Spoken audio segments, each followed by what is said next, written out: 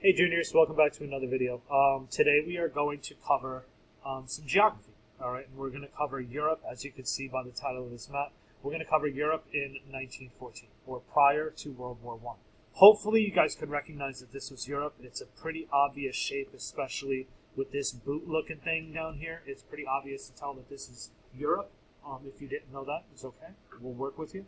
But if you did know that, fantastic. But some of you might look at what's going on in Europe and scratch your head a little bit, because this looks a lot different than what modern day Europe looks like. But this is a map before World War I, and some of the countries are different. So what I want you guys to do is, ideally, I'd like if you could print this out at home, and you could write things down and color it in by hand. If you can't, just kind of take a screenshot of this image and load it up into Microsoft Paint or any other paint type application on your computer. And you should be able to work just fine with it. But as long as you're working alongside with me here, we should be good. All right, so the first thing, if we were in class right now, we'd have a little bit of fun, and I will play a little game with you guys, and whoever gets 100 on this geography portion would get kind of some bonus points thrown at them. But we're not in class right now, which is unfortunate. But I'll still try and quiz you guys on who's really, really, really good with geography. So let's try to find some countries. I'm going to label them with you guys. I'm going to pause after I call it out, just to give you guys time to think and write it down yourselves. But I'm going to move a little bit quickly here. All right, first country, in my opinion, the most obvious country in the world to label, it's the boot. It is Italy. If you're ever lost on a map, don't know where it is, find the boot, and you find Italy. So let's label it Italy. There it is. It's a little off-center because I'm using the computer, but I think you guys will get the point. Next up, let's go to Russia. Think for a second. Where is Russia? And now let's label it. Boom. There's Russia. All right, next up, let's go to England. Where is England on the map? Boom. England, Britain, you guys can use those terms interchangeably. Okay? Next up, France. Where's France? Just south of England, we've got France. Cool. Not really important to World War I, but just to kind of finish painting out the picture of Europe, let's do this in Spain. Alright. If you know where Spain is, you also know where Portugal is. Right here. Alright, we're not going to talk much about Portugal. Okay, next up. You got 100 so far. You're good. You're solid. Not much has changed in those countries, though. These next countries, there's going to be some change to it. So let's go to Germany. Deutschland. Alright, let's label Germany. Here we go. Cool. Germany. Next. And Germany does look different. We're going to spend the first kind of term of this course talking about why this country, I'm pointing to it like you guys can see that I'm pointing. Why this country right here looks different now than it did back then. It's going to be a big part of this course. Let's go get some waffles. Belgium. Where's Belgium? Alright. There's Belgium.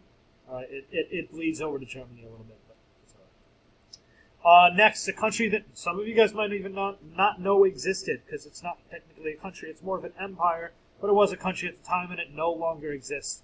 Austria-Hungary.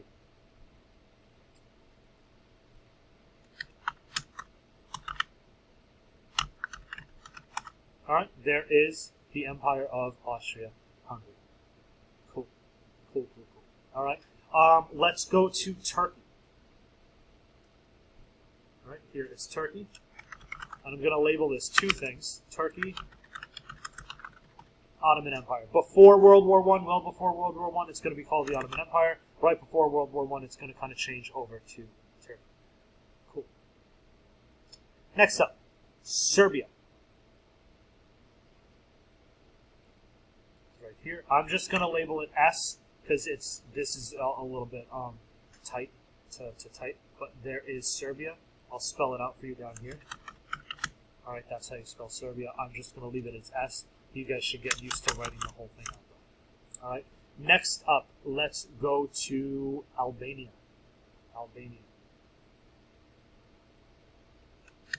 Albania is right there. My typing got a little messed up. that is how you spell Albania, and Albania is this one right here. Next, let's go to Greece. Greece. All right, one of the most famous peninsulas in the world, Greece. Next up, let's go to Romania. I didn't really give you guys a chance there. There's Romania. And last, but certainly not least, we are going to point out Bulgaria. Sorry about that. All right. One thing that I want to take note of is can I do this? Do I know how to do this? Do I know how to do this? Oh, yes, I can. All right. That circle right there. If you're using your hand, just do a circle. All right. If you're not using your hand and you can't figure out how to do the tools, it's okay. Just know that what I just circled right there, all right, has a very special name. All right. I'm going to put it over here. All right. It's called the Balkans. All right. That geographic area of Europe is known as the Balkans. In class, in the videos, you are going to hear me refer to this as the Balkans. So just know it's that kind of southeastern part of Europe, all right? Just east of Italy. Greece is part of the Balkans, but north of Greece, and it's all called the Balkans. It's a very, very, very important region in Europe, and we're going to talk about why when we talk about the long and short-term causes of World War I, I'm sorry. Next, I want you to pick two colors, any colors. All right, I'm going to pick red. Come down to your key. Oh, I need a brush. Come down to your key here. Color in red. And I'm going to pick blue. I'm going to put the blue over here. Okay? All right. So, I want you to color the following countries for me. All right? Let's go with blue first. It's already selected. All right? For blue, we're going to color Russia. We're going to color France. We're going to color England. We're going to color Serbia. We're going to color Romania. And we're going to color Greece. And we can color Armenia. For our red, I'm going to select red. We are going, oh, I forgot one. Belgium is also blue. For our red, we are going to color Germany. We're going to color Austria-Hungary. We are going to color Bulgaria. We are going to color Turkey. And we are going to color Italy. All right. Now go back to your text. The reds are the Central Powers, also known as the Triple Alliance. For the blues, all right, it's very important. Always keep a key when you're working with a map. We are working with the Allied powers, also known as the Triple Entente. All right, and you guys are going to learn about those names and how those alliances formed when we talk about the long and short-term causes of World War II. As we're working in Unit 1, the long and short-term causes, please just have this map in your head, because when I say the Balkans, I want you to be able to say, all right, it's that southern part of Europe. Or when I say Austria-Hungary, be like, okay, where is Austria-Hungary? What is this guy talking about when he's talking about this country? So it's very important to kind of have that visual image in your heads. And if it's hard for you to visualize it, you now have this map that you can constantly refer back to. All right?